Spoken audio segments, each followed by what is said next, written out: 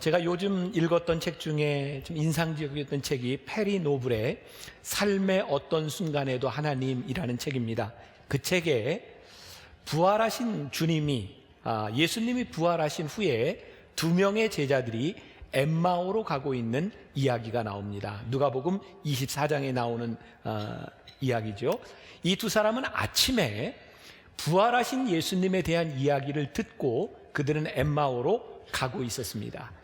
예수님에 대한 정보를 들었지만 그들은 부활하신 예수님을 믿고 있지는 않았던 것 같습니다. 예수님을 믿지 않음에도 불구하고 예수님의 이야기는 얼마든지 할 수 있습니다. 우리가 오늘 이 시간에 예배를 드리면서 우리들이 주님을 믿지 않으면서도 예배 드릴 수 있습니다. 문제는 내가 아는 것으로 그치는 것이 아니라 이 땅 위에 오신 예수님을 우리들이 믿음으로 고백하는 그런 사주간이 되어야 하지 않을까. 페리 노블에 나오는 글을, 책에 나오는 글을 제가 조금 읽어드립니다. 그들이 예수님을 다소 귀찮게 여기지 않았을까 싶다. 바삐 어디론가 가는 길인데 웬 낯선 사람이 자꾸 말을 거니 말이다. 10중 8구 당신도 바쁜 사람일 것이다. 현대인들은 다 바쁘니까 말이다. 나는 남는 시간에 뭐 해야 할지 고민이라는 것을 하는 사람을 한 번도 본 적이 없다. 점심 및 저녁 식사 약속과 온갖 행사, 예기치 못한 응급 상황까지 합치면 남는 시간 따위는 별로 없다. 사탄이 선호하는 작전은 우리를 나쁘게 만드는 것이 아니라 바쁘게 만든다는 것이다. 왜냐하면 바쁘면 결국 나빠지기 때문이다. 바쁘면 예수님을 알아볼 수 없다. 공감이 가세요? 사단은 우리를 나쁘게 만들기보다 우리를 바쁘게 만들고 바빠진 우리들은 예수님을 생각하지 못하기 때문에 나빠집니다. 작전 타임이라는 말이 있습니다. 작전 타임은 게임이 끝났다고 하는 것이 아니라 작전 타임을 통해서 우리들의 삶을 점검하자는 이야기입니다. 이 대강절을 우리들에게 주신 것은 우리들의 삶에서 주님의 오신 의미를 가장 진지하게 우리로 하여금 생각할 수 있게 만든다는 생각이 듭니다. 작전 타임은 예기치 않은 순간에 오기도 합니다. 저에게 있어서도 지난 몇 주 동안 작전 타임의 시간이었던 것 같아요. 제 삶을 돌아볼 수 있는 그런 시간이 되었습니다. 대강절이라고 하는 말은 라틴어에서 온 말입니다. 옴, 도착, 누구에게서부터 오다. 예수님이 우리들에게 오시는 하늘에서부터 오신 예수님을 우리들이 기다리는 절기입니다. 우리들이 크리스마스 하면 보통 기쁨, 캐롤, 선물, 크리스마스 그 뚱뚱한 사람 누구죠? 산타클로스 이런 것들 생각하는데 사실 대강절의 가장 큰 의미는 고통을 생각하는 기간인 것 같아요. 잘 맞지 않는 것 같지만 굉장히 중요합니다. 누가복음 4장 오늘 우리가 읽은 본문 말씀 바로 전 16절과 17절에 예수님께서 오늘 본문 말씀을 말씀하게 하신 이유가 나옵니다. 예수께서 그 자라나신 곳 나사렛에 이르사 안식일에 늘 하시던 대로 회당에 들어가사 성경을 읽으려고 서심해 선지자 이사야의 글을 들이거늘 책을 펴서 이렇게 기록된 데를 찾으시니 곧 조금 아까 우리가 읽었던 본문 말씀입니다. 예수님이 이 땅 위에 오신 이유, 억눌린 자에게 자유케 하기 위해서, 포로된 자를 자유케 하기 위해서, 눈먼 자를 다시 보게 하기 위해서 예수님께서 이 땅 위에 오셨다. 예수님이 오셨을 당시에 유다는 너무 가난했고 억눌려 있었고 눈먼 자였고 포로된 자였습니다. 마치 이사야가 이 예언을 할 때 우시야 왕이 죽던 해 유다는 너무너무 힘든 상황이었어요. 우시야 왕이 죽던 해 가장 힘들었던 상황, 아스루와 북이스라엘이 동맹을 맺고 유다를 침공했던 상황, 그리고 히스기야 왕 때 아시리아의 사네립이 예루살렘을 포위 공격했던 유다라고 하는 나라의 존폐의 위기에 있었던 때, 그 시대가 이사야 시대입니다. 여러분, 이사야는 1장부터 66장까지 되어 있는데 1장부터 39장까지는 이스라엘 백성들이 당하고 있는 고통, 그들의 죄의 대가에 대한 말씀이 나옵니다. 40장부터 66장까지는 회복시키시는 하나님에 대한 이야기가 나옵니다. 그래서 여러분들이 아는 분들, 환자들에게 이렇게 말씀을 권할 때도 아픈 사람한테 1장부터 39장까지 읽으라 그러면 죽습니다. 너무너무 힘들어요. 그러나 40장부터 말씀을 묵상하면 희망과 소망을 우리들에게 주세요. 여러분, 소망은 절망 가운데서 생겨지는 것이고 억눌린 자를 자유케 하시는 복음을 우리들이 깨닫게 되는 겁니다. 오늘 본문 말씀 19절에 예수님께서 주의 은혜의 해를 전파하게 하려 하심이라. 이 대강절은 예수님의 오심은 우리들의 고난을 깊이 묵상하며 그 고난을 이기게 하시는 자유의 해를 선포하시는 주님을 우리들이 고백하는 절기입니다. 예수님은 우리의 모습을, 우리의 처지를 보기를 원하시고 우리가 당하고 있는 고통의 문제를 보고 계시기 때문에 그냥 있는 것이 아니라 우리를 자유케 하시겠다고 말씀하고 있어요. 그럼 하나님은 우리들에게 고통을 주시는 분이 아니라 고통 가운데 있는 우리를 바라보시며 고통 가운데 우리와 함께 하시는 분이세요. 우리가 하나님을 오해하는 게 있습니다. 종종 우리는 우리들의 삶에 고통이 올 때, 오늘 여러분들 가운데도 여러 가지 어려운 고통의 문제를 안고 이 자리에 오시는 분이 있는지 모르겠어요. 때로 하나님이 우리들에게 고통을 주실 때도 있습니다. 우리를 훈련시키실 때가 있기 때문입니다. 그러나 궁극적으로 하나님은 우리들에게 고통을 주시는 분이 아니라 고통을 이기게 하시는 분이 우리 하나님이십니다. 우리들이 너무 쉽게 하나님께서 선을 이루시기 위해서 우리들에게 고통을 주신다라는 말을 합니다. 제가 깊이 묵상해 보니까 그건 아닌 것 같아요. 우리들에게 고통이 오지만 하나님께서 우리들에게 고통을 주시는 것은 아닌 것 같아요. 우리들의 문제는 무엇입니까? 우리가 선하신 하나님을 믿고 선하신 하나님이 이 땅을 창조하셨는데 우리는 너무나 많은 악을 이 땅에서 경험한다는 거예요. 하나님이 함께 하신다면 어떻게 이 땅 위에 이렇게 많은 재앙들이 일어날 수 있는 겁니까? 특히 올 한 해는 우리들의 마음을 너무너무 힘들게 했고, 큰 세월호 사건이 일어난 지 얼마 안 돼서 이 판교에서 그 많은 사람들이 또 죽었고 우리 교회 청년도 그 자리에서 생명을 잃었어요. 하나님, 어떻게 이런 일들이 일어날 수 있습니까? 이제는 말을 해도 될 것 같아요. 문창극 씨 장로님이었던 그분의 발언 때문에 굉장히 시끄러웠습니다. 그분이 어떤 이야기를 했죠? 6.25도 일제의 억압도 하나님의 뜻 가운데 이루어진 일이다 라고 하는 말, 아마 우리가 너무 쉽게 많이 했던 말인 것 같아요. 우리는 어려움을 당하는 사람에게 때로는 장례식에 가서도 상갓집에 가서도 하나님의 뜻이 있겠지요, 하나님의 뜻이 있겠지요. 우리는 위로한다고 말을 하지만 사실은 그 고통 가운데 있는 사람들에게 하나님의 뜻이 있겠지요 라고 하는 그 말은 위로가 되기보다는 너무너무 아픈 상처가 될 때도 많이 있었어요. 우리는 로마서 8장 28절의 말씀, 모든 것이 합력하여 선을 이룬다라고 하는 말씀 때문에 우리들에게 일어나는 모든 고통의 문제들을 하나님의 뜻으로 돌릴 때가 참 많이 있었습니다. 제가 오늘 이 말씀을 깊이 묵상하며 이 대강절을 지나며 우리가 비극적인 상황 가운데서 너무나 쉽게 이야기하는 하나님의 뜻입니다, 이 말을 그렇게 쉽게 할 수 있는 말이 아니구나. 우리가 하나님의 뜻이라고 말할 수 있는 것은 지금 일어난 고통이 하나님의 뜻이 아니라 그 고통의 순간을 지나가며 이 어려운 순간 가운데 하나님이 우리들에게 원하시는 뜻이 무엇인가를 생각하게 하는 것이지, 지금 우리의 고통이 하나님의 뜻이라고 그렇게 쉽게 이야기할 수는 없을 것 같다는 생각이 들었어요.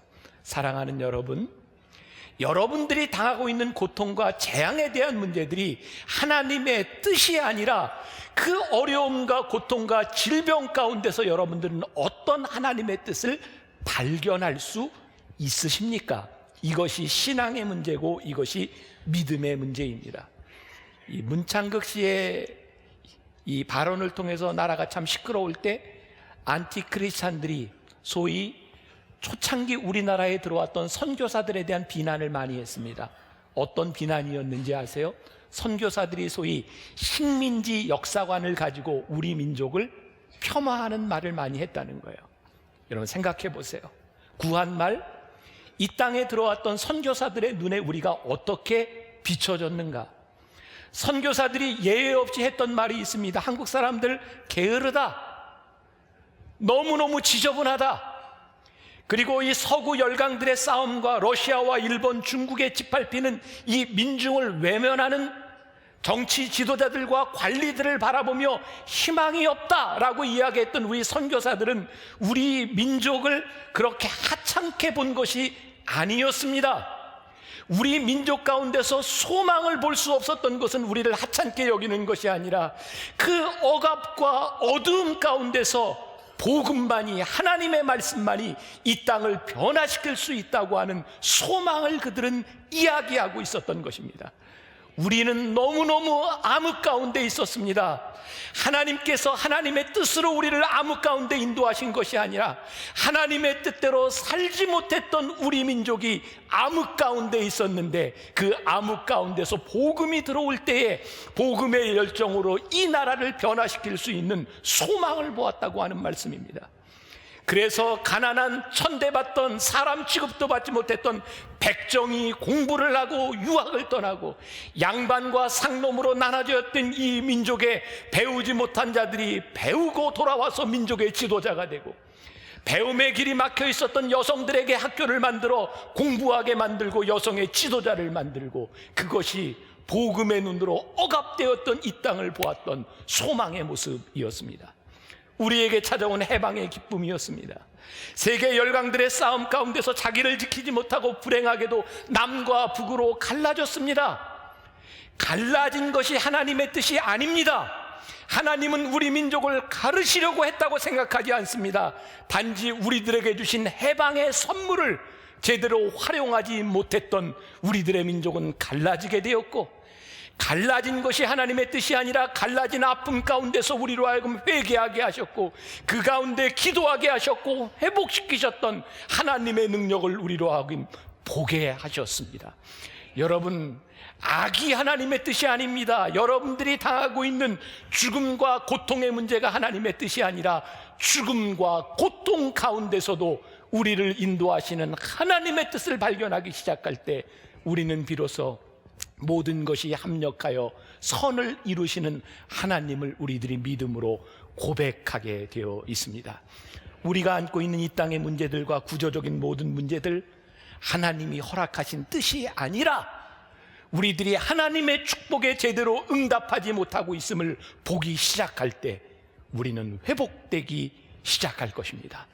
오늘 여러분들이 어떤 고난과 고통과 재난과 질병의 문제를 안고 왔을지라도 그것이 우리들에게 억압으로 끝나는 것이 아니라 회복시켜 주시는 하나님을 보기 시작할 때 우리들에게 자유가, 해방이 찾아오기 시작합니다. 필립 얀시가 쓴 하나님 제게 왜 이러세요? 라고 하는 책에 이런 이야기가 나옵니다. 케빈 코스트너라고 하는 사람이 출연한 작은 전쟁이라고 하는 영화 이야기입니다. 베트남 전쟁에 참전했던 용사였던 이 한 사람이 광산 사고를 당한 친구를 구하다가 죽습니다. 그 아내가 슬퍼하는 아들을 위로하며 이렇게 말합니다. 하나님은 아빠를 하나님 곁에 두기 원하셨던 거야. 그때 아이가 하늘을 향해 이렇게 소리 지릅니다. 맞아요. 하지만 내가 아빠를 더 원해요. 이 책에서는 이렇게 말을 합니다. 이 아이의 엄마가 한 말보다 차라리 이 망할 것 사망아 라고 말하는 것이 옳았을 것이다. 이 아이에게 위로는 아버지의 죽음이 하나님의 뜻이 아니라 이 죽음을 슬퍼하며 이 사망아 못될 것이라고 그렇게 지적해 줄 수 있는 것, 그것이 어쩌면 옳았을 것이다 라고 말을 하고 있어요. 여러분, 우리들이 믿음이 뭡니까? 우리의 신앙이 뭡니까?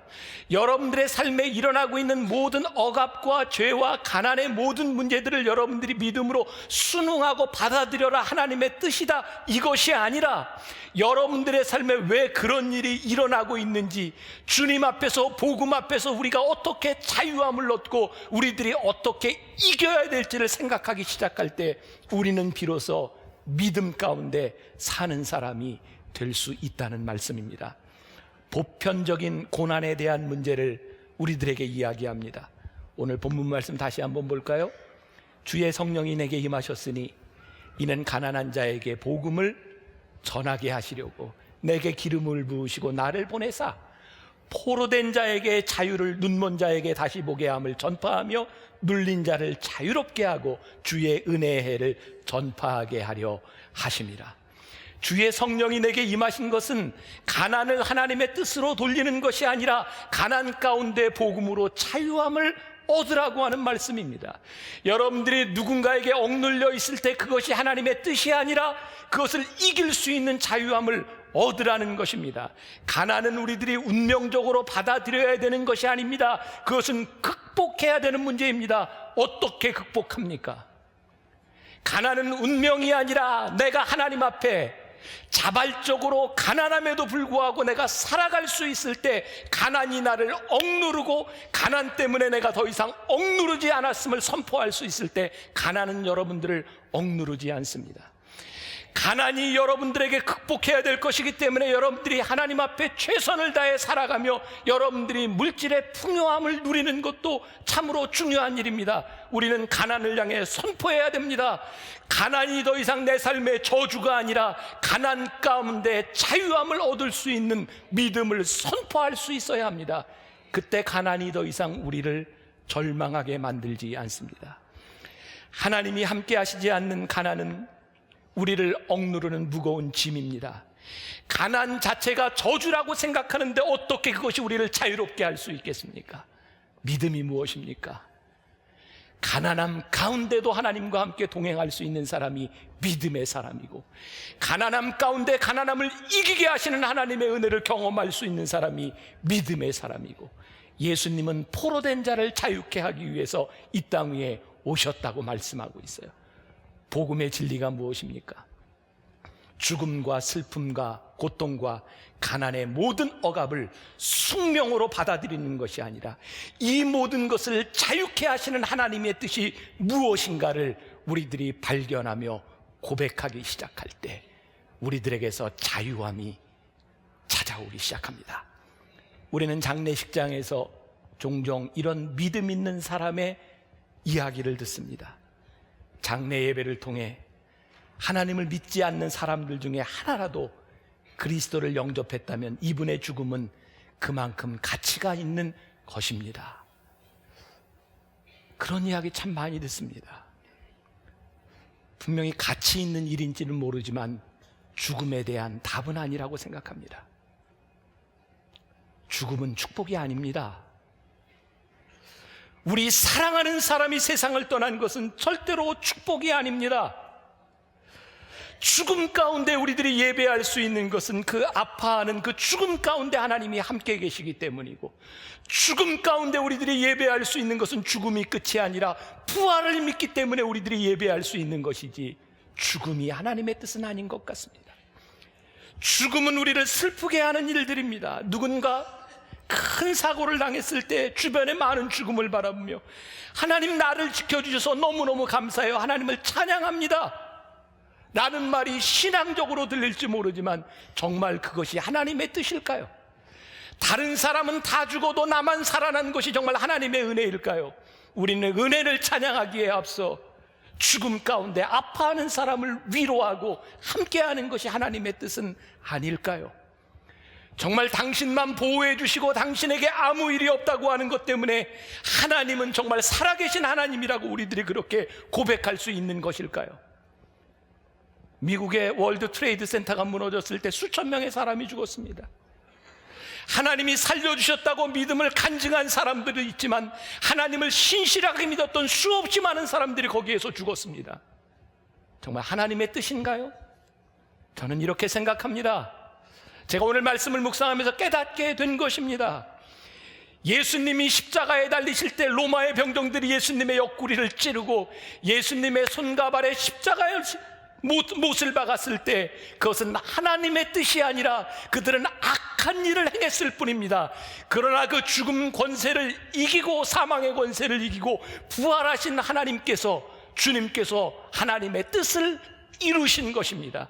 그래서 우리는 죽음과 악에 대하여 우리는 분명히 이야기해야 합니다. 죽음은 축복이 아닙니다. 사망은 물러가라고 이야기해야 합니다. 우리는 분명히 선포해야 합니다. 하나님의 도우심으로 우리들이 위기를 모면했다면 감사함으로 하나님께 영광을 돌리기에 앞서 아파하고 힘들어하는 사람들을 위해 기도하고 위로해 주어야 합니다. 왜? 누군가에게 일어난 악은 하나님의 뜻이 아니기 때문입니다. 그들에게도 하나님의 은혜가 있음을 우리들이 보여주어야 합니다. 우리 인간들이 가지고 있는 보편적인 문제의 해답이 예수 그리스도에게 있음을 믿고 고백할 때 우리는 비로소 크리스찬이라고 우리를 부를 수 있는 것입니다. 오늘 제가 설교 준비를 하기 위해서 아마 설교하도록 하나님께서 저에게 깨닫게 하셨다는 생각이 듭니다. 제가 지난 주간 우리 교인들에게 많은 걱정을 끼쳐드렸습니다. 많은 교인들이 저를 위해 중보기도 해주셨고, 사실 우리 교인들이 저를 위해 중보기도 하던 그 시간은 저에게 그렇게 위험한 시간은 아니었습니다. 단지 스텐트 시술을 하는 시간이었고 그게 그렇게 위험한 시술은 아니었습니다. 그러나 많은 사람들이 저에게 이런 이야기를 했습니다. 어쩌면 발견하지 못하고 지나갔을 그 순간 이제 심장에 문제가 생겼던 걸 발견하게 하신 하나님의 은혜가 크지 않냐고, 그러면서 제 삶을 돌이켜보게 하셨어요. 제가 머리가 너무너무 아파서 어쩔 수 없이 2주 동안 링거를 맞으면서 지나다가 괜찮을 것 같아서 영국에 연합집회 약속이 돼 있어서 가 있었습니다. 그런데 도저히 견딜 수 없는 시간이었고 주사도 놔주지 않는 상태에서 제가 돌아올 수밖에 없었어요. 집회를 취소하고 돌아오면서 저는 바로 병원에 입원을 했고 거기에서 계속해서 진통제를 맞으면서 검사를 했어요. 이상이 없었어요. 그 병실에 저희 교회 권사님 한 분이 그 병원 의사기 때문에 찾아왔어요. 저에게 이야기하더라고요. 목사님, 심장을 한번 검사해 보시죠. 저 안 해요. 저 심장 괜찮아요. 왜냐하면 저 너무너무 열심히 운동했고 저 스스로 관리를 잘한다고 생각했기 때문에 안 찍어본다 그랬어요. 그 다음날 아침에 스케줄까지 잡아놨는데 결국 제 고집이 검사 안 하고 그냥 나왔습니다. 근데 그분이 저를 위해 그 다음 주에 검사할 수 있도록 CT를 찍도록 날짜를 잡아놨고 제가 거기에 가게 됐어요. 아마 CT 결과를 그 자리에서 보면서 저보다는 선생님이 더 놀랬던 것 같아요. 이거 빨리 시술을 해야 합니다. 그냥 모르고 그냥 살 수도 있지만 목사님 이거는 그냥 넘어지면 바로 죽는 겁니다. 그래서 시간을 지체하지 못하고 아침 일찍 제가 스텐트 시술을 하게 되어서 그때 교인들이 저를 위해 많이 기도해 주셨어요. 사람들이 저에게 전부 그러더라고요. 하나님이 은혜를 베풀어 주셨습니다. 은혜를 베풀어 주셨습니다. 근데 제 마음에 저에게 새로운 삶을 허락해 주신 하나님의 은혜보다 그 기쁨보다 제 마음이 참 많이 힘들었어요. 지지난해 그렇게 멀쩡하게 살아있던 우리 교인들 중에 그냥 운동하다 갑자기 쓰러져서 죽었던 우리 교인들에게는 은혜가 없었단 말인가? 하나님이 나에게 이 상황 가운데서 나에게 은혜를 베푸셨다면 그들에게는 하나님의 은혜가 없었단 말인가? 아니에요. 죽음이 저주라면 우리는 절대로 그렇게 죽음 가운데서 우리들이 부활의 생명이 없다면 우리는 분명히 그렇게 말할 수 있을 것 같아요. 산 것이 은혜입니다. 그러나 우리들이 죽음을 이기신 부활의 하나님을 믿기 때문에 살려주신 하나님의 은혜도 고백할 뿐만 아니라 사망, 고통, 그 악의 세력과 죽음의 어둠 가운데 세상을 떠난 사람에게도 부활의 생명이 있는 것을 우리들이 믿기 때문에 우리들이 위로를 받을 수 있는 것이지, 내가 어떻게 나에게 일어난 일만을 내가 하나님의 은혜라고 그렇게 쉽게 고백할 수 있을까? 사람이 아파 보면 아픈 사람들을 생각하게 되는 것 같아요.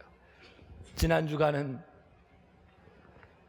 제가 그냥 알고 있는, 생각나는 참 어렵게 고통 가운데 투병하고 있는 교인들을 신방하게 되었어요. 오랫동안 암으로 투병하며 손을 놓아야 되는 사람들도 있고 하나님께 맡겨야만 되는 사람들도 있고, 그 중에 저희 교회 원로 장로님 한 분이 참 많이 어려운 가운데 병원에서도 받아주지 않는다고 하는 상황에서 몇 달을 남겨놓고 계세요. 그 장로님을 방문했을 때 제가 더 당황스러웠어요. 너무너무 평안했기 때문에 제가 더 당황스러웠어요. 그분이 저에게 이야기하더라고요. 목사님, 저 너무너무 감사해요. 제 아내 권사보다 제가 먼저 세상을 떠나는 게 너무너무 감사해요. 그런데 한 가지 아쉬운 건 제가 너무 일찍 떠나서 우리 권사 혼자 있는 시간이 너무 길까 봐, 그게 너무 아쉬워요. 제가 바라는 건 지금까지도 지켜주신 하나님의 가운데 나를 살게 하셨는데 내가 고통 없이 가면 참 좋겠어요. 그리고 목사님이 결혼 주례해줬던 우리 자식들, 애를 낳았는데요, 목사님이 주례해줘서 그런지 너무너무 건강해요. 그 장로님이 수년 전 있었던, 제가 아마 담임 목사가 되고 나서인지 전인지 확실히 기억이 나지 않지만, 제가 지금은 교회에서 살고 있는데 저 아파트에 살 때였습니다. 제 아내가 차를 타고 애들을 데리고 이렇게 운전을 하고 교회로 오는데 어떤 남자분 하나가, 그때는 권사님 시절입니다, 혼자 걸어오고 있더래요. 그래서 제 아내가 차를 세우고 아유 교회를 가시는데 같이 타고 가시죠. 그리고 차에 타라고 했대요. 그랬더니 그 권사님이 타자마자 제 아내한테 아유 젊은 여자분이 애들 있고 남편은 뭐 하는데 이렇게 혼자 교회를 다니냐고, 남편도 좀 교회를 다녀야 되지 않겠냐고 열심히 전도를 하셨대요. 제 아내가 내릴 때 제 남편이 김병삼 목사입니다.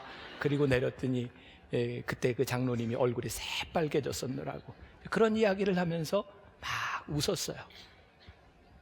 그리고 제가 밖으로 나왔습니다. 권사님이 저를 배웅하며 밖으로 나왔어요. 목사님, 우리 남편이 목사님 오늘 여기 병원에 오신다고 목욕하고 머리 빗고 그리고 기다리고 있었어요. 정말 웃을 일이 많지 않았는데 오늘 참 많이 웃었어요. 더 이상 손을 쓸 수 없는 상태가 되어버린 그 장로님을 바라보며 제 마음 가운데 위로할 수 있는 것은 딱 한마디였습니다. 하나님과 함께 끝까지 승리하세요. 암으로 죽는 것이 하나님의 뜻이 아닙니다. 그러나 죽음 가운데서 하나님과 함께 동행할 수 있습니다. 죽음이 우리들에게 분명히 무섭고 두렵고 악한 것입니다. 그러나 그 죽음을 향해 우리들이 선포할 수 있습니다. 사망아 물러가라. 죽음이 우리를 더 이상 어둠 가운데 가두지 못하도록 우리들이 선포할 수 있습니다. 우리의 마음 아픈 일들이 참 많이 있을 겁니다. 여러분들이 해결할 수 없는 일들이 참 많을 것이고, 여러분들이 잘못한 것들 때문에 여러분들에게 일어나는 악한 일들이 참 많을 것입니다. 어쩌면 여러분들을 억누르고 있는 억압의 문제들이 참 많이 있을 것입니다. 너무 쉽게 하나님의 뜻이라고 받아들이지 마십시오. 그 가운데 여러분들이 하나님의 뜻을 찾아야 하는 것입니다. 여러분들이 이겨야 하는 것입니다. 여러분들이 승리해야 하는 것입니다.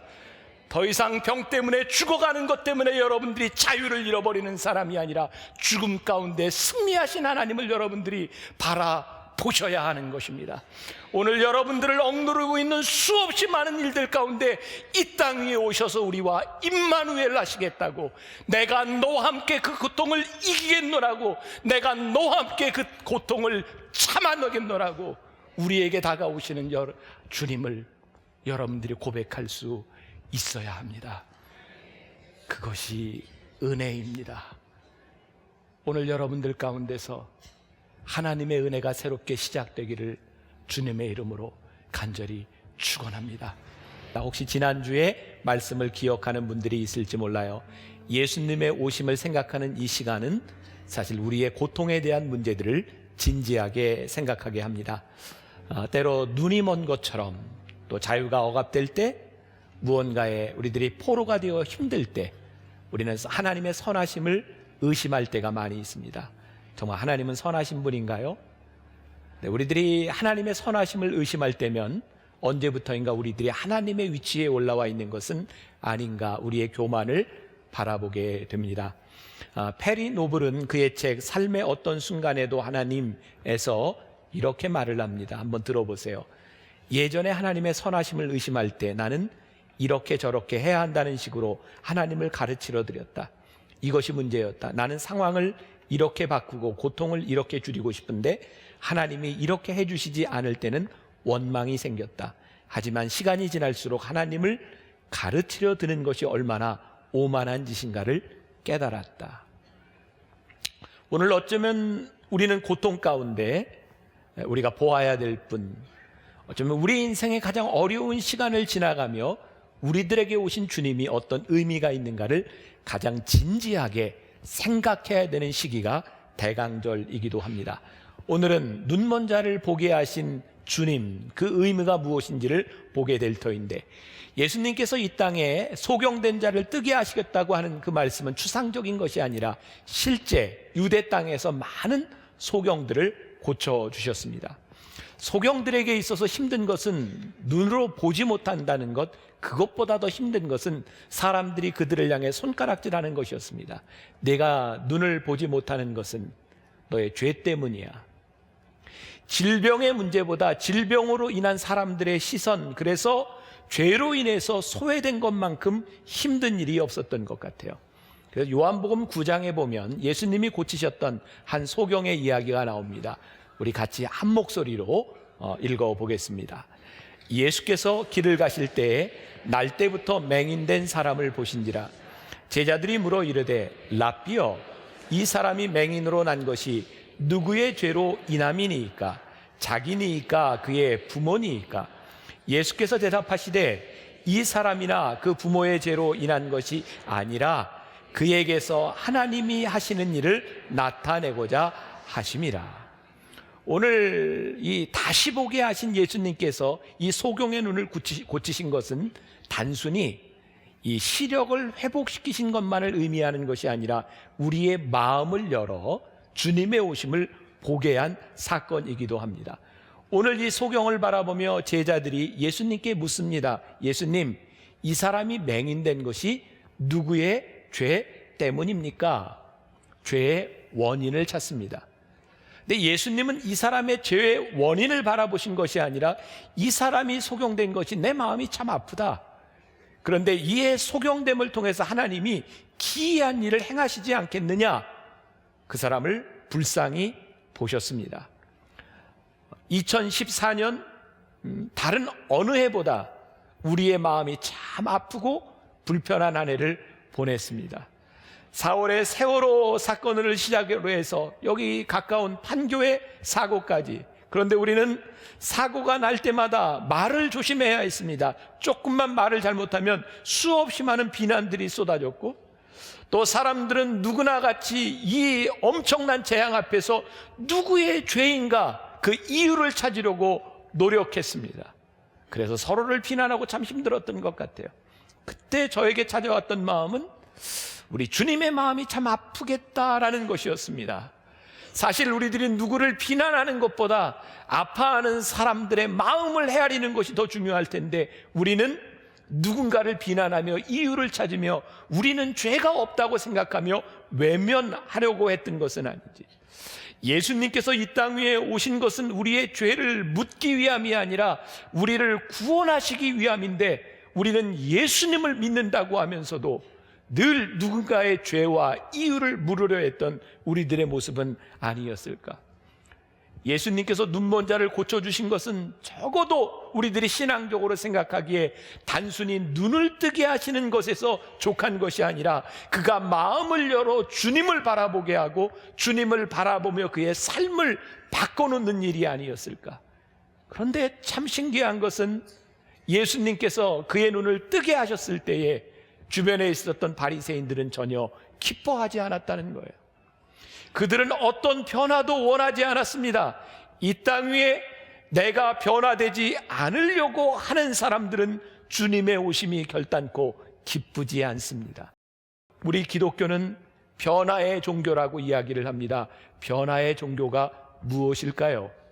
오늘 우리들에게 일어나는 수없이 많은 고통과 우리들의 삶의 문제 가운데서 이유를 찾으려고 하는 것이 아니라 그 문제 가운데서 우리는 어떻게 변화될 수 있는가, 이것은 주님을 만난 자들의 몫이기도 합니다. 이유를 묻는다고 하는 것은 변하지 않아야 될 이유를 찾는 것이고, 내가 변화되기를 원한다고 하는 것은 내 삶에 들어오는 하나님의 뜻을 찾으려고 하는 것이 아닐까. 마치 유대인들도 소경을 바라보며 저가 소경된 것이 누구 때문입니까? 그러면 태국에서는요, 불교 신자들이 대개 이런 이야기를 한다. 불교 국가가 대부분 그렇죠. 윤회를 이야기합니다. 특히 눈먼 자, 소경된 자들을 만지지도 말라고 이야기를 합니다. 그 사람은 업보 때문이라. 그리고 그가 눈이 보지 못하는 것이 그의 죄 때문이라고 하면 우리들은 거기에 책임이 없다. 그래서 이유를 찾으려고 합니다. 이러한 경향은 오늘 여기에서 예배를 드리는 우리들, 신앙생활을 오래 한 사람들 가운데도 동일하게 나타나는 것 같아요. 나에게 찾아오는 부끄러움, 수치스러운 일들, 질병에 관한 것들, 종종 우리 교인들 가운데, 중직자들 가운데도 중병에 걸려서 제발 이 말을 누구에게도 하지 말아주세요 라고 말하는 분들이 있습니다. 왜일까요? 두렵습니다. 아니, 내가 평생을 헌신하며 예배하며 하나님을 잘 섬긴다고 생각했는데 나에게 찾아온 이 병 때문에 누군가가 손가락질을 하며 너 그렇게 예수 잘 믿더니 너 그게 뭐야? 라고 하는 말을 들을까 봐 두려워합니다. 어려움이 찾아올 때 고통 가운데서 우리는 내놓고 하나님 앞에 기도하기보다는 점점 내가 저주받은 것이 아닌가라고 하는 감옥 가운데 우리를 점점 집어넣고 있는 것 같아요. 오늘 제가 1부와 2부 때 제가 참 마음 아픈 우리 교인, 제가 어제 문자를 보냈어요. 이 추운데 너무 힘드시지 않아요? 힘들면 저에게 얘기해 주세요. 제가 도울 수 있는 일이 무엇인지 저에게 얘기해 주세요. 저를 잘 만나주시지 않아요. 사람들에게 얘기하지 않아요. 평생을 신앙생활하였던 그분의 어려움 가운데 그것이 부끄러운 일이었는지 몰라요. 제가 조금 아까 2부 예배를 마치고 올라갔을 때 저의 핸드폰에 메시지가 왔어요. 목사님, 설교를 들으며 춥지만 이길 수 있을 것 같아요. 오늘 많은 사람들 가운데 우리들이 참 무서운 생각을 하고 있는 것은 아닌가. 내 고통의 문제가 저주인 것처럼 생각하고 있는 것은 아닌가. 더 무서운 것은 우리들이 종종 이렇게 생각한다는 것이죠. 나를 너무나 힘들게 하는 사람, 나에게 고통을 가져다 준 사람이 어느 날 사고를 당해 목숨을 잃으면 거봐, 내가 그렇게 잘못하더니 너 벌 받은 거야 라고 생각하기도 한다는 것이죠. 누군가 질병에 빠져 있을 때 너 그렇게 살더니 그렇게 네가 지금 보상을 받는 거야 라고 생각한다는 거죠. 더 무서운 것은 교회 안에서 흔히 일어나는 일들인데, 교인들이 목회자에게 대들었다고 하는 이유 때문에 욕을 했다고 하는 이유 때문에 사고가 나서 세상을 떠나면 사람들이 수근수근합니다. 거봐, 목회자에게 대들면 저렇게 되는 거야, 하나님이 심판하신 거야. 이러한 말들이 얼마나 무서운 말들인지. 아니, 목회자에게 잘못한 것 때문에 하나님이 심판하시는 분이라면 하나님 앞에 잘못된 우리들을 어떻게 내버려 둘 수 있겠는가?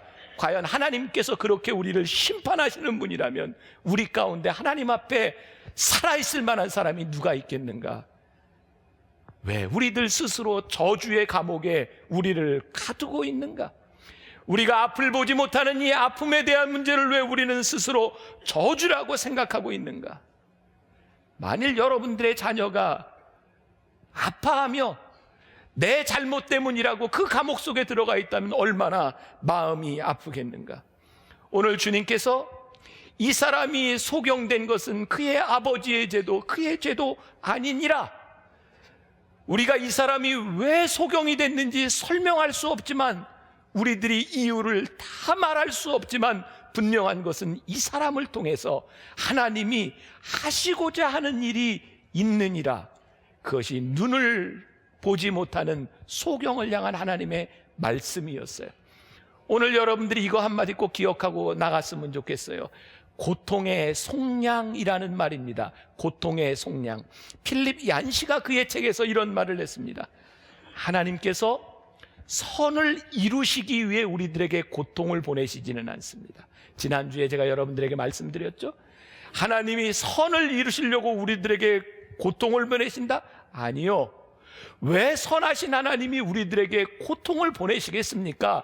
그러나 우리들이 살아가는 이 세상은 우리들이 이해할 수 없는 고통과 악에 대한 문제들이 너무나 많이 있습니다. 고통의 속량은 그 고통 가운데서 우리의 삶을 유익하게 만드시는 하나님의 은혜를 경험하며 고통이 속량되는 겁니다. 고통이 은혜로 바뀌는 겁니다. 예수님께서 이 땅 위에 오셔서 우리를 만나 주실 때 우리들의 삶의 고통과 질병의 문제들이 속량되어지는 것입니다. 그것이 은혜입니다. 사도 바울은 로마 교인들에게 로마서 5장 3절부터 4절까지 이렇게 말을 합니다. 우리가 환난 중에도 즐거워하나니 이는 환난은 인내를, 인내는 연단을, 연단은 소망을 이루는 줄 알미니라. 고통과 환난 가운데 우리들이 즐거워할 수 있는 이유는 하나님께서 우리들에게 고통을 주셨기 때문이 아니라 고통을 통해 우리들이 인내하고 인내하며 연단받고 연단을 통해 소망을 주시는 하나님을 믿기 때문에 우리들이 즐거워할 수 있느니라. 날 때부터 소경된 자를 대입해 보면 그가 앞을 못 보고 태어난 것이 선을 위해 하나님이 허락하신 것이 아니라는 말입니다.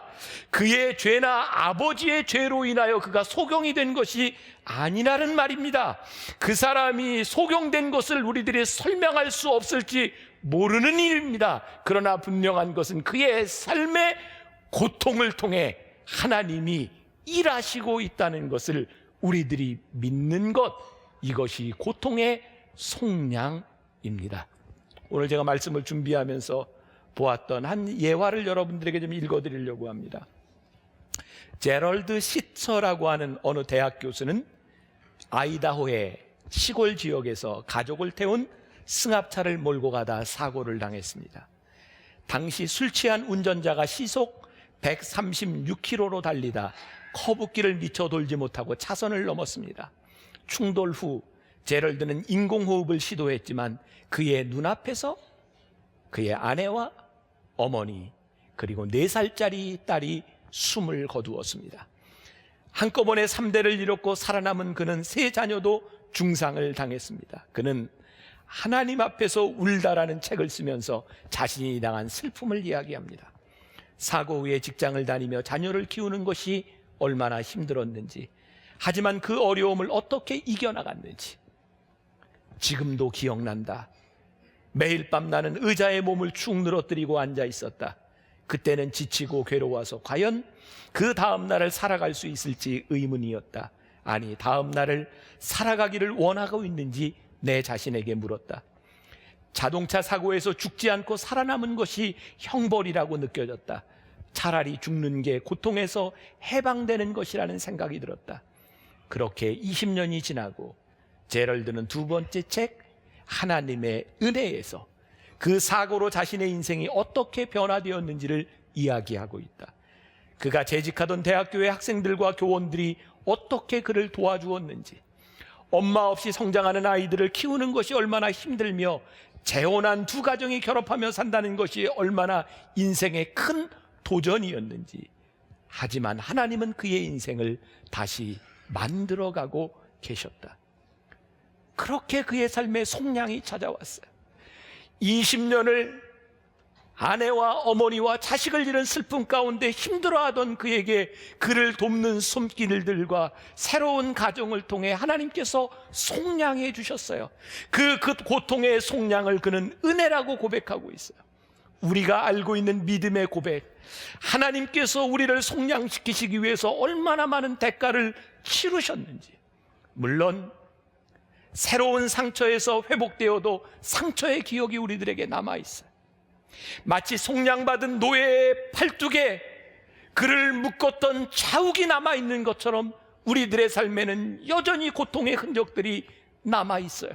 우리의 기억 속에 잊을 수 없는 고통의 기억도 아직 희미하게 남아있을지 몰라요. 그럼에도 불구하고 하나님께서 우리의 아픔과 고통을 속량시켜 주셔서 우리를 여기까지 인도하신 속량의 은혜를 우리들이 고백할 수 있는 것. 사람이 죽으면 호적에 빨간 줄이 가요. 어쩔 수 없는 일로 인하여 이혼을 하면 거기에서 이름이 또 줄이 가요. 흔적들이 남아있어요. 그러나 하나님은 그 고통에서 여러분들이 고통당하며 있는 것을 원하시는 분이 아니라 그 고통이 속량되기를 원하시고 오늘 우리를 만나주기를 원하시는 분, 그분이 우리 하나님이라는 사실이에요. 눈먼 자를 다시 보게 했던 이 이야기, 요한복음의 9장의 이야기는 사람들에게 들려지기 시작했어요. 그 이야기를 듣는 사람들에게 기대가 생기기 시작했어요. 하나님께서 그의 눈을 뜨게 하셨어. 그의 고통을 속량시켜 주셨어. 예수님이 오신 이 사건은 이제 우리들에게 기대감으로, 기다림으로 변하기 시작해요. 마가복음 10장에 보면 거지 바디메오라고 하는 사람의 이야기가 등장하고 있어요. 제가 말씀을 읽어드리겠습니다. 10장 46절부터 52절까지 말씀. 그들이 여리고에 이르렀더니 예수께서 제자들과 허다한 무리와 함께 여리고에 나아가실 때 디메오의 아들은 맹인 거지 바디메오가 길가에 앉았다가 나사렛 예수시란 말을 듣고 소리질러 이르되 다윗의 자손 예수여 나를 불쌍히 여기소서 하거늘 많은 사람이 꾸짖어 잠잠하라 하되 그가 더욱 크게 소리질러 이르되 다윗의 자손이여 나를 불쌍히 여기소서 하는지라. 예수께서 머물러 서서 그를 부르라 하시니 그들이 맹인을 부르며 이르되 안심하라 일어나라 그가 너를 부르신 다음에 맹인이 겉옷을 내버리고 뛰어 일어나 예수께 나아오거늘 예수께서 말씀하여 이르시되 내게 무엇을 하여 주기를 원하느냐. 맹인이 이르되 선생님이여 보기를 원하나이다. 예수께서 이르시되 가라 내 믿음이 너를 구원하였느니라 하시니 그가 곧 보게 되어 예수를 길에서 따르니라. 눈먼 자를 다시 보게 하신 예수님께서 바디모에게 물으셨던 예수님께서 오늘 우리들에게 똑같이 물으세요. 내가 너에게 무엇을 하여 주기를 원하느냐. 주님, 우리가 고통과 평생의 신음 가운데 주님에 대한 소문을 듣고 여기에 나왔습니다. 다윗의 자손이여 우리를 불쌍히 여기소서, 우리를 불쌍히 여기소서. 우리 주님께서 우리들에게 말씀하세요. 내게 무엇을 하여 주기를 원하느냐. 저는 바디메오를 보면서 두 가지를 생각해요.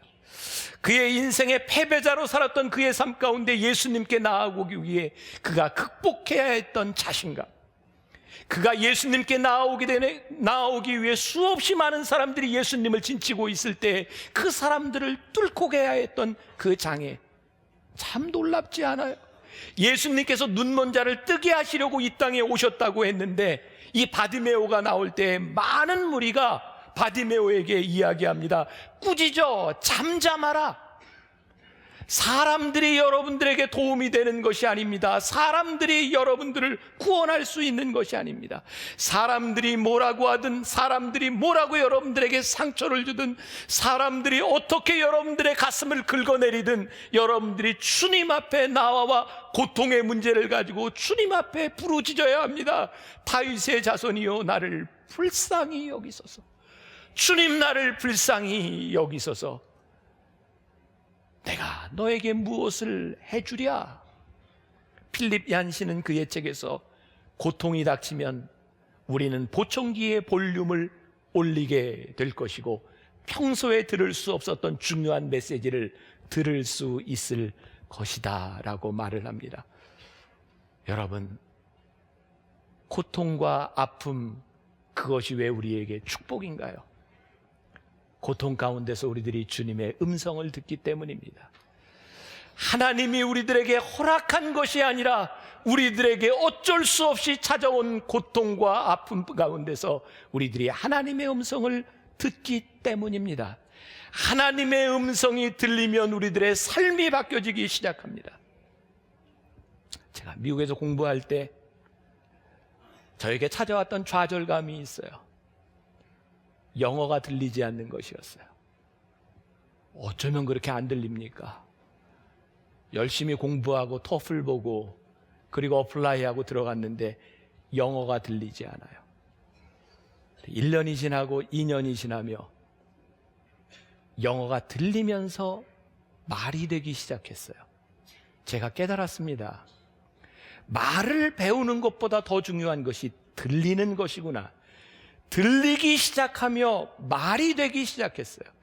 제가 미국에서의 경험 중에 잊을 수 없는 것 중에 하나입니다. 무식하면 용감하다는 말이 여기에 딱 맞는 것 같은데, 제가 미국 간 지 딱 1년밖에 되지 않았을 때 제가 왜 그랬는지, 미국 사람들이 미국 목회자가 되기 위해서 하는 과정이 있습니다. CP라고 하는 과정입니다. Clinical Pastoral Education이라고 해서 병원에서 교육을 받는 겁니다. 12주 동안 아침부터 저녁까지 병원에서 일해야 되는 겁니다. 저 그렇게 힘든지 모르고 신청했어요. 세상에, 병원에 갔더니 한국 의사나 미국 의사나 똑같아요. 자기들이 할 말만 합니다. 남이 듣든 못 듣든 막 전문 용어를 이야기해요. 제가 오리엔테이션을 끝나고 모든 그 채플린들이, 목사들이, 그 병원은 시카고에서 제일 큰 병원이었는데 병원의 원목만 한 18명 정도 되는 큰 병원이었어요. 가서 교육을 받는 동안 자기가 속할, 자기가 일하고 싶은 데를 자기가 체크하는 거예요. 병동이 쭉 있습니다. 암, 캔서 병동도 있고, 뭐 어린이 병동도 있고, 뭐 내과, 외과, 정형외과 병동이 쭉 있습니다. 저의 기준은 어디를 가야 내가 듣고 말하는 데 지장 없이 내가 일을 할 수 있을까? 힘쓰는 데를 찾았습니다. 근데 놀랍게도 병원에 그런 부서가 있는 거예요. 여기 의사 선생님들은 이 말을 들으면 이해가 되겠지만 저는 그때 이해가 되지 않았어요. 어떤 부서였냐면 레이버, 일하는, 레이버 앤 딜리버리. 딜리버리 아시죠? 여기는 내가 가서 일할 수 있는 파트다. 그리고 신청했습니다. 근데요, 가봤더니 레이버가 그냥 일하는 데가 아니라 산통, 딜리버리가 물건을 전달하는 데가 아니라 애 낳는 걸 딜리버리라고 얘기해요. 제가 미국 간 지 1년 만에 제가 신청한 제 파트 병동이 레이버 앤 딜리버리, 애 낳는 파트였습니다. 세상에, 거기 가서 일을 하는데 참 눈길을 두기도 힘들고 너무너무 힘들어요. 시카고에 제일 큰 병원, 거기는 매일 총기 사고가 일어나는 곳이고, 거기는 마약과 아이들의, 미성년자들의 임신으로 인하여 사산화도 참 많은 곳이었어요. 10대 임신부들이 병원에 입원을 하고 아이를 낳고 사산이 되고 또 기형아를 낳으면 이 기독교 국가라고 하는 것이 그 죄책감 때문에 목회자에게 기도를 요청해요. 저는 지금도 그때 기억이 제 손에 아직도 남아있어요. 20여 주 지나서 기형아로 태어난 그 아이, 피 묻은 아이를 데리고 저에게 기도해달라고, 블레싱해달라고. 제가 머리를 만졌을 때 물컹하던 피 묻은 그 느낌 저에게 잊혀지지 않아요. 그런데 제가 교육을 받는데 이렇게 얘기합니다. 그 엄마에게, 아이를 잃은 엄마에게 이렇게 말하지 마세요. 아이를 잃어서 참 안 됐습니다. 하나님의 뜻이 있겠지요. 하늘나라에 가면 만나겠지요. 그렇게 말하지 마십시오. 지금 아이를 잃은 그 부모에게 그것이 무슨 위로가 되겠습니까? 어떻게 아이의 생명을 잃은 것이 하나님의 뜻이라고 이야기할 수 있겠습니까? 그렇게 이야기하지 마십시오. 저에게 놀라운 것은 병원에서 저에게 슈퍼바이징을 하면서 아이를 잃은 엄마에게 죽은 아이의 사진을 찍어서 보여주라는 거예요. 고통은 피해갈 수 있는 것이 아니라 고통을 직면하고 고통을 이길 수 있도록 도와주라고, 아이의 죽음을 현실로 인식시키라는 거였어요. 그게 저에겐 너무너무 힘든 일이었어요. 제가 맡았던 환자 중에 하나, 14년 동안 하나님께 열심히 기도하며 아이를 달라고 기도했는데 하나님이 아이를 주셨어요. 그 사람은 아이가 있는 것을 깨닫는 순간부터 매일매일 말씀 보고 찬양하며 그렇게 아이를 양육하고 싶었대요. 근데 그 아이가 죽어서 나왔어요. 내가 가서 무슨 이야기를 할 수 있을까요? 무엇으로 위로할 수 있을까요? 하나님의 뜻이라고요? 이게 어떻게 하나님의 뜻일 수 있습니까? 지난주 이곳에서 예배를 마치고 젊은 부부가 저에게 기도를 받으며 눈물을 흘렸어요. 지난주간 아이를 낳은 지 일주일도 안 돼서 아이를 잃었어요. 어떻게 그게 하나님의 뜻일 수 있어요? 어떻게 그 아픔을 우리들이 이해할 수 있어요? 제가 그 아파하는 환자에게 제가 지금도 영어로 기도를 못해요. 기도문을 써가지고 다녔어요. 제가 쓴 기도문을 읽으려고 하는데 도저히 그 기도문을 읽을 수 없었어요. 제가 이렇게 얘기했습니다. 저 한국에서 온 목사입니다. 제가 한국말로 기도해도 좋겠습니까? 그분이 알아듣고 알아듣지 않고는 중요하지 않았어요. 기도하며 울었어요. 너무너무 마음이 아팠어요. 오늘 주님께서 우리들에게 우리의 고통을 속량시켜 주시겠다고 하는 것이 무슨 의미일까? 너무 아프고 힘든데 그것이 하나님의 뜻이 아니라 그 아픔 가운데 임마누엘 하시는 하나님이 우리와 함께 하시겠다는 거예요. 하나님이 우리를 어떻게 인도하실지 몰라요.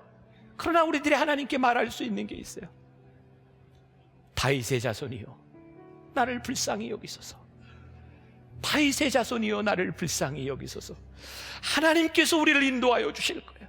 하나님께서 우리의 고통을 속량시켜 주실 거예요. 우리의 고통이 속량될 때 우리는 비로소 하나님의 은혜를 우리들이 찬양하게 될 것이에요. 우리가 아직 이해하지 못하지만, 우리들이 설명할 수 없지만, 우리들이 믿는 것, 우리들이 아파하는 것보다 더 많이 아파하시고 우리들이 힘들어하는 것보다 더 힘들어하시는 주님께서 임마누엘 하셔서 우리와 함께 하신다고 하는 것, 그래서 우리들이 주님의 오심을 기다리는 거예요. 그것이 하나님의 능력이기 때문이에요. 그래서 오늘 우리는 기대감을 가지고 예배하며 크리스마스를 기다립니다. 사랑하는 여러분, 여러분들의 고통과 어려움 가운데 이유를 찾으려고 하지 마세요. 이유가 아닌 여러분들과 함께 하신 하나님과 함께 고통을 속량시켜 주실 하나님의 은혜를 기대하며 이번 한 주간 주님과 함께 승리하는 여러분들이 되시기를 주님의 이름으로 간절히 축원합니다. 계속해서 여러분들과 함께 크리스마스를 기다리며 대강절 말씀을 나누고 있습니다. 오늘 세 번째, 눌린 자를 자유하게, 우리 똑같은 본문으로 연속해서 말씀을 나누고 있습니다. 예수님께서 이 땅 위에 오신 이유를 성경이 분명히 말씀하고 있습니다. 오늘 우리가 읽은 본문 말씀이죠. 가난한 자에게 복음을 전하려고, 포로된 자에게 자유를 주시려고, 눈먼 자를 다시 보게 하시려고 우리 주님께서 이 땅에 오셨다 말씀하셨습니다. 지난주, 지지난주에도 제가 여러분들에게 강조해서 말씀드렸습니다. 우리들에게 찾아오는 고통은 하나님께서 우리들에게 허락하신 것이 아니라 이 세상의 악 가운데서 우리들이 경험하지만, 때로는 죽음과 억눌림과 눈먼 자의 고통 가운데서 우리 주님이 우리와 함께 하시고 우리를 자유케 하시는 것, 그것이 하나님의 뜻이라는 말씀을 드렸습니다. 마가복음 5장에 보면 계속해서 예수님의 기적의 이야기들이 나오고 있는데, 그 중에 회당장의 집에서 사람들이 울고 통곡하고 있을 때 회당장의 딸 야이로를 살리신 장면이 나옵니다. 제가 좀 말씀을 읽어드릴게요. 들어가서 그들에게 이르시되 너희가 어찌하여 떠들며 우느냐? 이 아이가 죽은 것이 아니라 잔다 하시니 그들이 비웃더라. 예수께서 그들을 다 내보내신 후에 아이의 부모와 또 자기와 함께한 자들을 데리시고 아이 있는 곳에 들어가사 그 아이의 손을 잡고 이르시되 달리다굼 하시니 번역하면 곧 내가 내게 말하노니 소녀야 일어나라 하심이라. 오늘 제가 눌린 자를 자유케 하심이라고 하는 말씀을 묵상하며 준비하는 중에 저에게 떠오른 말이었어요. 달리다굼. 죽어있는 소녀, 그것은 인간이 어찌할 수 없는 벽입니다. 어떻게 인간이 죽음의 문제를 해결할 수 있겠습니까? 그런데 주님께서 죽어있는 그 소녀를 향해 말씀하셨습니다. 달리다굼, 소녀야 일어나라. 그때 소녀가 일어납니다. 오늘 여러분들 가운데 우리 주님의 오심이 우리들이 스스로 해결할 수 없는 억눌림과 고통과 질병의 문제 가운데서 우리를 향해 말씀하시는 음성을 들어야 합니다. 달리다굼, 일어나라 내가 오늘 너희를 자유케 하리라. 이 말씀이 우리들에게 기대가 될 수 있기를 간절히 소망합니다. 우리가 살고 있는 이 시대에 참 많은 사람들이 눌려 있는 것을 보게 됩니다. 우리가 흔히 많이 불렀던 부흥이라고 하는 찬양이 있습니다. 이 땅의 황무함을 보소서, 하늘의 하나님 긍휼을 베푸시는 주여, 우리의 죄악 용서하소서, 이 땅 고쳐 주소서. 제가 말씀을 준비하다가요, 이 부분이었어요. 이 땅 고쳐 주소서. 우리가 살고 있는 이 땅이 얼마나 황무합니까? 얼마나 눌려 있습니까? 얼마나 비참합니까? 그런데 주님, 이 땅을 고쳐 주옵소서. 우리들은 수없이 많은 눌림의 문제들을 경험합니다. 하나님께서 우리를 누르신 것이 아니라 우리 인간들이 가지고 있는 이기심, 자기중심적인 생각들, 이 사회의 구조적인 모든 악들로 인하여 우리는 참 어두운 세상을 많이 경험합니다. 요즘 제가 설교 시간에 가끔 드라마 이야기를 합니다. 소위 미생이라고 하는 드라마 신드롬이 일어나고 있죠. 제가 목사가 되고 26년 만에 처음으로 교인들로부터 만화를 선물로 받았습니다. 미생 한질. 우리 청년들이 저에게 미생을 선물로 줬어요. 제가 요즘 드라마도 열심히 보고 있습니다. 그 드라마를 보면서 우리의 마음을 참 아프게 하죠. 주인공 장그래, 계약직으로 살아가는 것이 얼마나 힘든 일이고 이 사회에 넘지 못할 벽이 있는 것이 얼마나 불행한 일인지. 그런데 그와 함께 입사했던 동기 중에 그는 정직원이고 모든 것을 다 갖추고 있지만 장그래를 질투하면서 스스로 자기 어둠에 갇힌 장백기 맞나요? 네, 그런 인물도 등장합니다. 이 드라마가 그런 많은 구조적인 모순들을 보여주는데 참 이상하게 드라마가 따뜻합니다. 이유는 그 힘들고 아파하는 장그래를 사랑하고 위해주는 누군가가 있다는 거예요. 어느 순간부터인가 그를 미워하던 그 사람이 장그래를 보기 시작하고 아픔을 보기 시작하고 그를 돕는 사람이 됩니다. 오늘 제가 이런 것을 깨닫습니다. 우리가 가지고 있는 사회의 구조적이나 이기적인 문제들, 이거 우리의 힘으로 엎어서 우리들이 이겨낼 수 있는 문제들이 아니라 사실은 누군가 함께 아파하고 그 아픔 가운데 우리들이 해결할 수 있는 길이 있겠구나.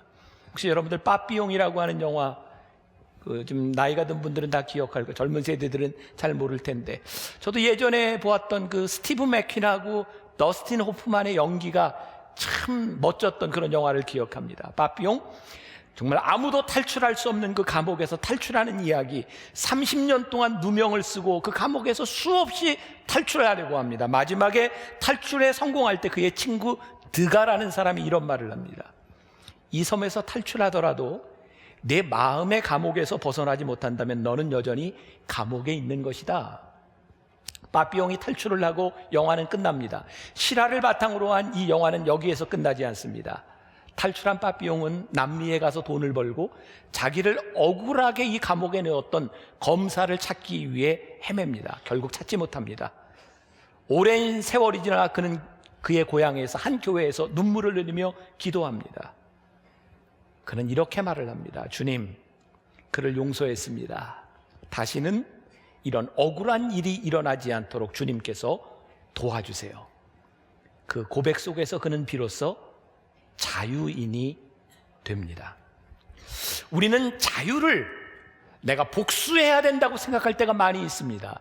내가 가지고 있는 문제가 해결되면 우리들에게 자유가 찾아오리라고 생각할 때가 많이 있습니다. 그래서 우리는 자유를 위해 필요한 것이 힘이라고 생각합니다. 힘으로 세상을 바꾸어 보겠다.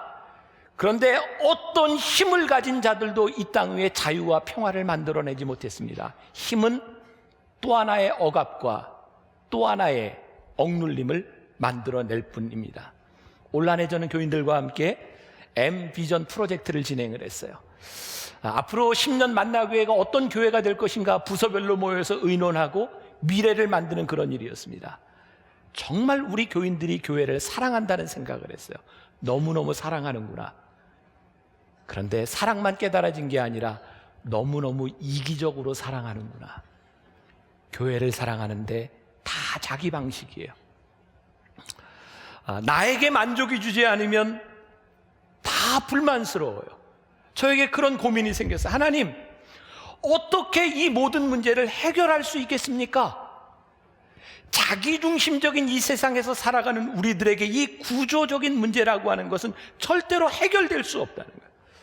우리가 자유하다고 하는 것이 무엇일까? 오늘 주님이 우리들에게 이 복음을 말씀하고 있어요. 이 말씀을 우리들이 풀어가려고 하는 거예요. 올해 저에게 참 인상적이었던 한 도시가 있습니다. 제가 유럽에서 한인들을 위한 집회를 하고 발칸반도를 지나가게 됐어요. 사라예보라고 하는 도시를 지나가게 됐는데, 사라예보 하면 뭐가 떠오르나? 세계 1차 대전의 진원지가 되죠. 오스트리아 황태자가 암살됐던 곳 맞죠? 이에리사가 금메달 딴 곳이 사라예보 아닌가요? 그냥 제가 우겨야 될 것 같아요. 맞습니다. 맞아요. 그 사라예보에 들어갔을 때 구도시와 신도시가 이렇게 나눠져 있는데, 구도시에 정말 많은 총자국들이, 포탄에 허물어진 건물들이 보입니다. 1991년부터 95년까지 1400일이 넘는 날 동안 인류 역사 가운데 최장기간 도시를 포위하고 총격전이 일어났던 곳이 사라예보입니다. 세르비아인들이 종족의 문제, 그리고 그 사라예보는 이슬람과 기독교가 만나는 곳이고 서로 종교의 우월성을 가지고 수없이 사람을 많이 죽였던 곳입니다. 도시를 포위하고 사람들을 저격수가 죽입니다. 4년 동안 그곳에서 살아남기 위해서 음식을 먹어야 됐고 물을 먹어야 됐습니다. 사람들이 집에서 물을 먹으러 나오면 저격수가 총을 쏩니다. 여러분, 1400일 동안 그렇게 총에 맞아 죽은 사람이 11,000명입니다. 그 중에 1600명의 어린아이들이 총에 맞아 죽었습니다. 시체를 더 이상 묻을 데가 없어서 올림픽이 열렸던 축구장, 그 시체에 매립지로 써야 될 만큼 비참한 일이 일어났어요. 제가 몇 년 전 아프리카를 방문했을 때 케냐를 지나 탄자니아를 지나 루안다에 갔습니다. 저를 안내하는 분이 루안다의 한 무덤에 저를 인도했어요. 정말 수없이 많은 사람들이 묻혀진 그 무덤, 1994년 4월부터 7월까지 약 100일 동안 종족 간의 분쟁이 일어났고 1000만 명이 채 안 되는 이 도시에서 117만 4천 명의 사람들이 서로 죽이고 죽습니다. 그리고 그 100일 동안 40만 명의 고아들이 생겨났어요. 전쟁은 전쟁으로 끝나지 않았습니다. 남편과 아내가 서로 다른 종족이라고 죽이기 시작했고, 어느 편을 택하느냐에 따라 형제가 서로 총을 겨누고 서로 싸우고 죽여야 했습니다. 여러분, 고대 유명한 바빌로니아의 함무라비 법전이 있습니다. 눈은 눈으로, 이는 이로. 이 세상의 평화를 만들기 위해서 악한 사람을 벌하자고 하는 겁니다. 죄를 짓지 못하게 하자는 겁니다. 어떤 사람이 이런 글을 썼어요. 모든 인류가 눈에는 눈으로, 이에는 이로 보복하며 산다면 결국 눈과 이를 가진 인류는 하나도 존재하지 않을 것이다.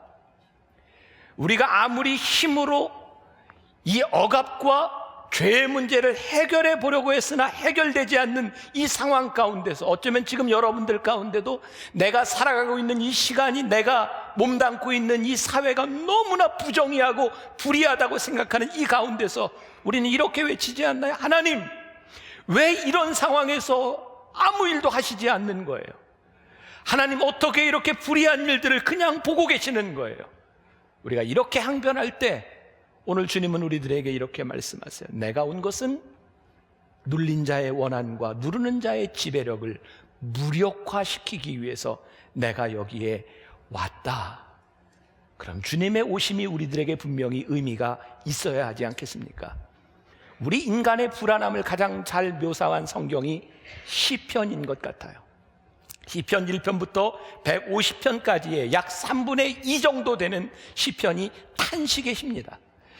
얼마나 불안하고 얼마나 어렵고 얼마나 고통 가운데 있는지 인간의 시면의 고통을 이야기한 것이 시편입니다. 그런데 우리들이 시편, Psalm이라고 얘기하는 이 시편을 우리는 찬양으로 기억합니다. 왠지 아십니까? 고통 가운데 아픔을 이야기했지만 하나님이 함께 하심으로 인하여 그들은 고통 가운데 하나님을 찬양했기 때문에 우리는 시편을 찬양이라고 기억하고 있는 겁니다. 오늘 여러분들이 맞이하고 있는 여러분들이 경험하고 있는 악은 어떤 문제입니까? 하박국 1장 2절과 3절에 보면 민족이 당하는 아픔 가운데서 하박국 선지자가 이렇게 말합니다. 여호와여, 내가 부르짖어도 주께서 듣지 아니하시니 어느 때까지리이까? 내가 강포로 말미암아 외쳐도 주께서 구원하지 아니하시나이다. 어찌하여 내게 죄악을 보게 하시며 패역을 눈으로 보게 하시나이까? 우리는 지금 얼마나 많은 패역과 죄악을 우리들의 삶에서 목격하고 살아갑니까? 시편 1편부터 150편까지 사람들이 가장 사랑하는 시편 하나를 고르라라고 하면 아마 주저함 없이 시편 23편을 고를 겁니다. 여호와는 나의 목자시니 내게 부족함이 없으리로다. 그가 나를 푸른 물가로 시냇가로 인도하시는 너무나 목가적인 장면입니다. 그런데 이 장면이 나올 수 있었던 것은 내가 사망의 음침한 골짜기를 다닐지라도 해를 두려워하지 않을 것은 주의 지팡이와 막대기가 나를 안위하시나이다. 다윗이 이렇게 목가적인 시를 쓸 수 있었던 것은 그에게 문제가 없었기 때문이 아니라 사망의 음침한 골짜기를 지나가며 함께 하셨던 하나님이 그와 임마누엘 하셨기 때문에 더 이상 사망이 그를 억누르지 못했다는 말입니다. 누가복음 13장 10절부터 17절까지의 사단에게 억눌려 살았던 한 여인의 이야기가 나옵니다. 제가 읽어드립니다.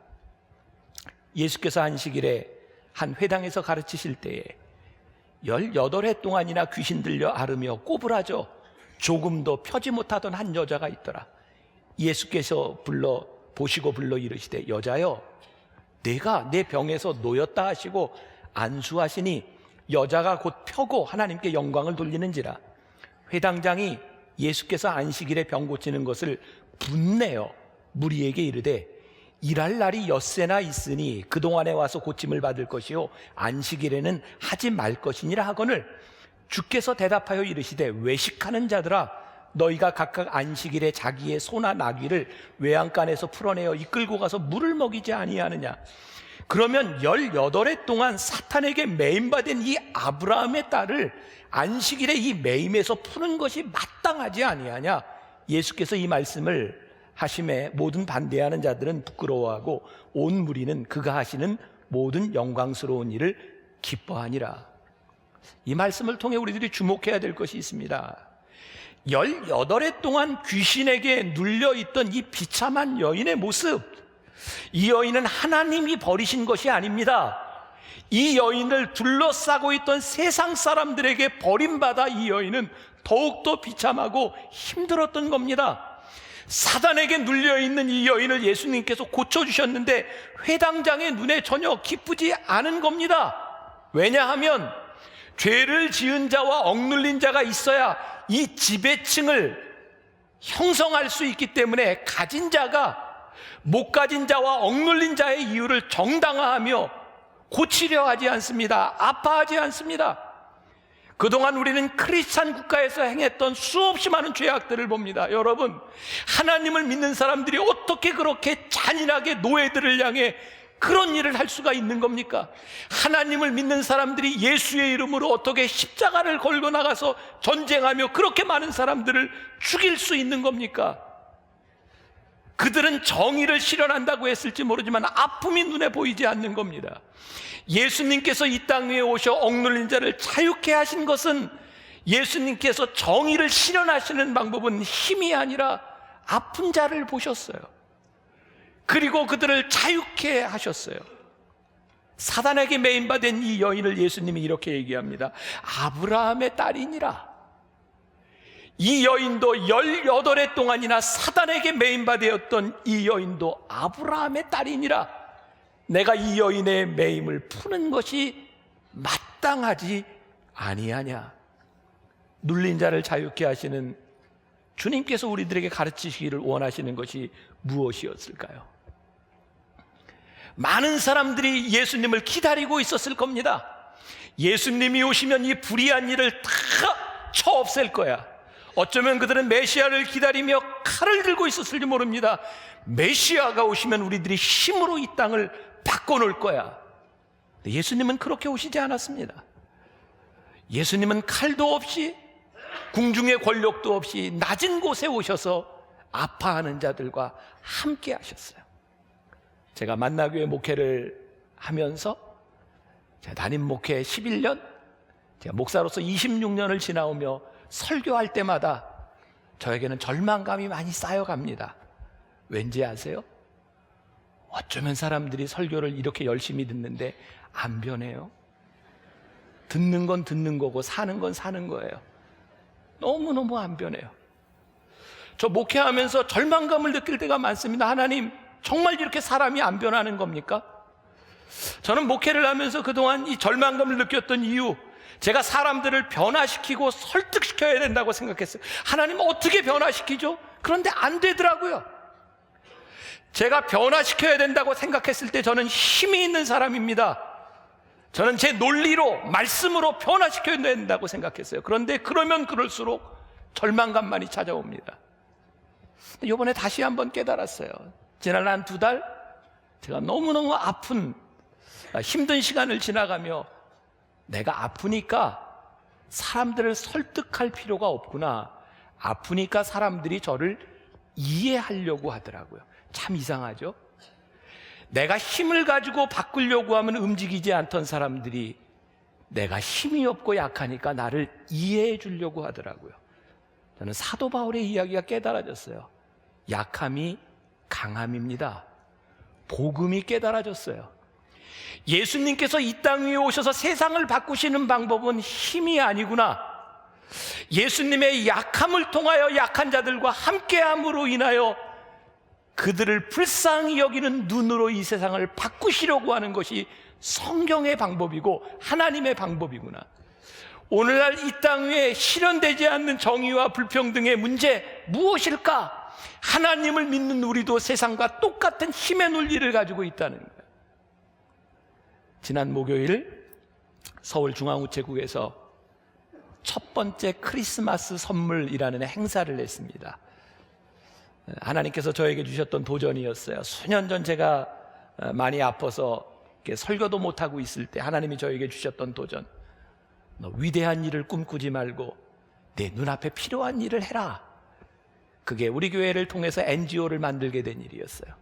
몇 년 동안 중앙우체국에서 출산용품을 나누어주는 일을 하는데 대도시에 살지 못하는, 손길이 미치지 못하는 사람들을 참 어렵게 찾아서 거기에서 출산용품을 패킹해서 거기서 바로 보내주는 겁니다.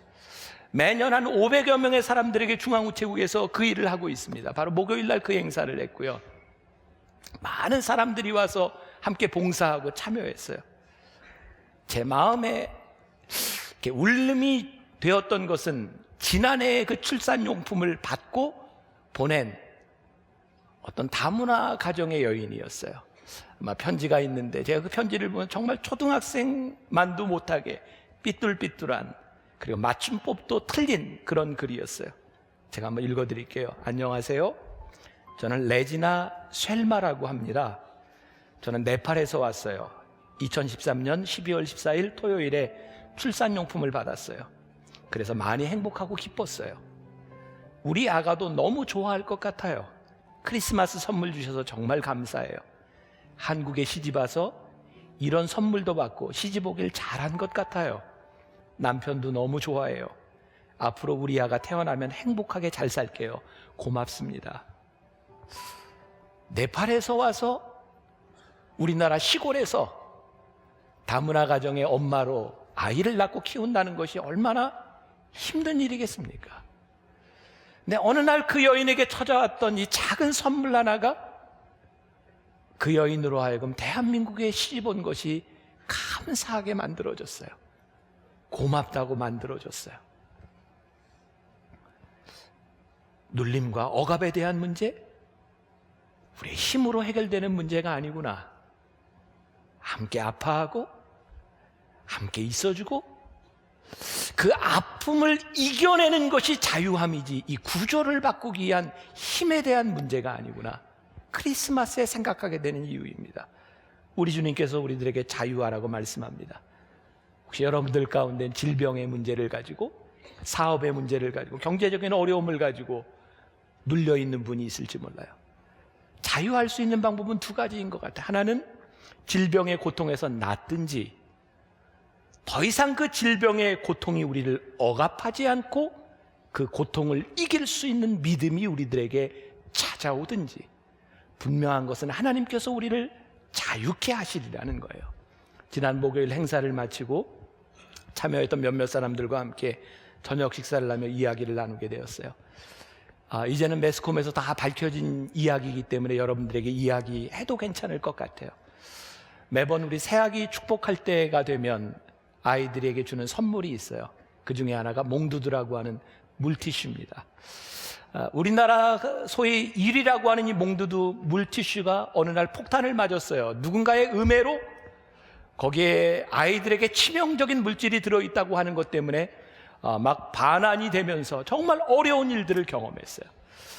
그때 여기서 예배를 드리고 있던 우리 몽두두의 우리 젊은 사업가가 어느 날 아이들에게 주는 걸 보면서 너무너무 울었대요.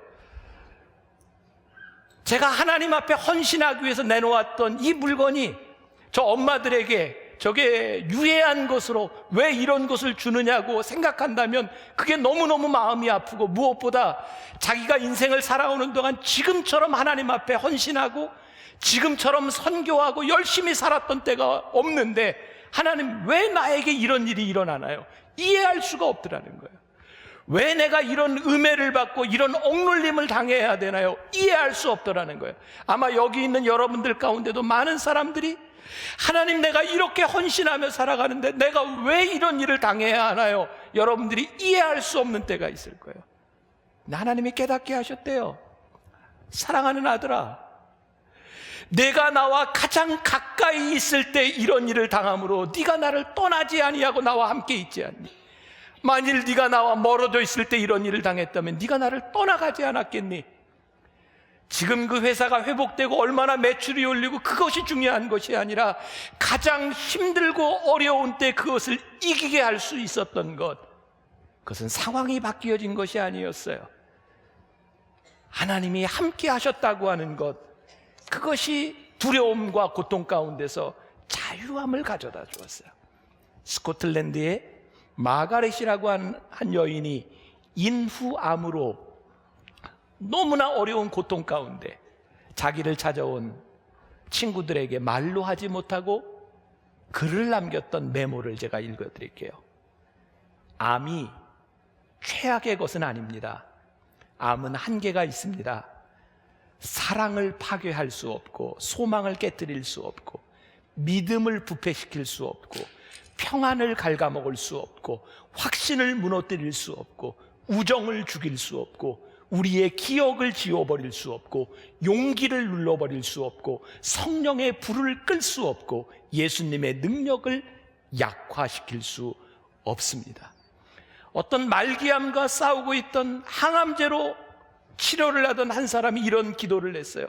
제 고통스러운 시련을 항암제처럼 사용하시어 제 안에 있는 이기적인 것과 거룩하지 못한 것과 하나님의 마음을 아프게 해드리는 것을 모두 멸하고 죽이고 없애주소서. 우리는 고통에 억눌릴 수도 있고 고통에서 자유할 수도 있어요. 우리가 살고 있는 이 세상의 악은 절대로 사라지지 않습니다. 왜냐하면 하나님을 대항하는 악의 세력이 존재하기 때문입니다. 우리가 살아가는 이 세상에 질병이 없어지지 않습니다. 저와 여러분들에게 얼마든지 누군가에게 찾아올 질병입니다. 우리가 당해야 될 고통입니다. 그러나 분명한 것은 우리들이 어떤 어려움과 어떤 고통과 어떤 상황에 있어도 우리들이 자유를 선포할 수 있다는 것입니다. 하나님이 우리와 함께 하시기 때문에 그 고통이 우리를 억누를 수 없다고 하는 것을 우리들이 믿음으로 선포할 수 있다는 겁니다. 그것이 우리와 함께 하시는 주님입니다.